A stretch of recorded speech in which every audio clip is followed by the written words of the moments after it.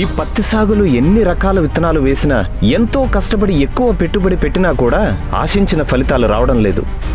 ఇప్పుడు ఏం చెయ్యాలో, ఏ విత్తనం నాటాలో నాకు ఏదైనా మంచి మార్గం చూపించు తల్లి. ఆందోళన పడకు నాయనా.